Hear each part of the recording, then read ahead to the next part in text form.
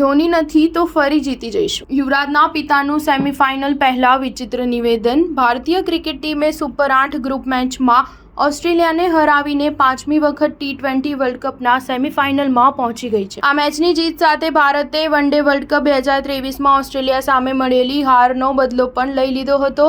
હવે ભારતની નજર બીજા T20 વર્લ્ડ કપની ટ્રોફી પર છે. વર્ષ 2007માં MS ધોનીની કેપ્ટનશીપમાં ભારતીય ટીમે T20 વર્લ્ડ કપનો ખિતાબ જીત્યો હતો.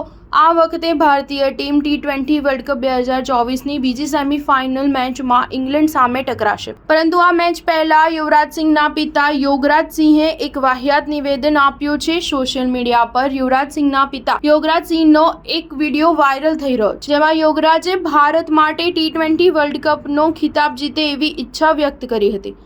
પરંતુ તેમણે વિડીયોમાં MS ધોની ટીમનો ભાગ ન હોવા અંગે વિવાદાસ્પદ નિવેદન આપ્યું. તેણે દાવો કર્યો કે ગૌતમ ગંભીર અને રોહિત શર્માએ કહ્યું હતું કે ધોની ટીમ માટે નકારાત્મક રૂપ હતા અને 2024ની IPLમાં ચેન્નઈ સુપર કિંગની હાર માટે ધોનીના ખરાબ કર્મ જવાબદાર છે. યોગરાજે પણ તેમના પુત્ર યુવરાજને ICCના એમ્બેસેડર બનવા બદલ અભિનંદન પાઠવ્યા હતા અને ધોની પર આરોપ લગાવ્યો હતો કે ધોની યુવરાજની ઈર્ષા કરે છે, માટે તેને યુવરાજ સાથે હાથ ના મિલાવ્યા, જે ચેન્નઈની હારનું કારણ હતું. યોગરાજે વધુમાં કહ્યું કે એક ભારતીય હોવાને કારણે હું ઈચ્છું છું કે ભારત જીતે. ધોની નહીં હૈ ફિર જીત જાएंगे. 4 News 7 હંમેશા સચ્ચાઈની સાથે.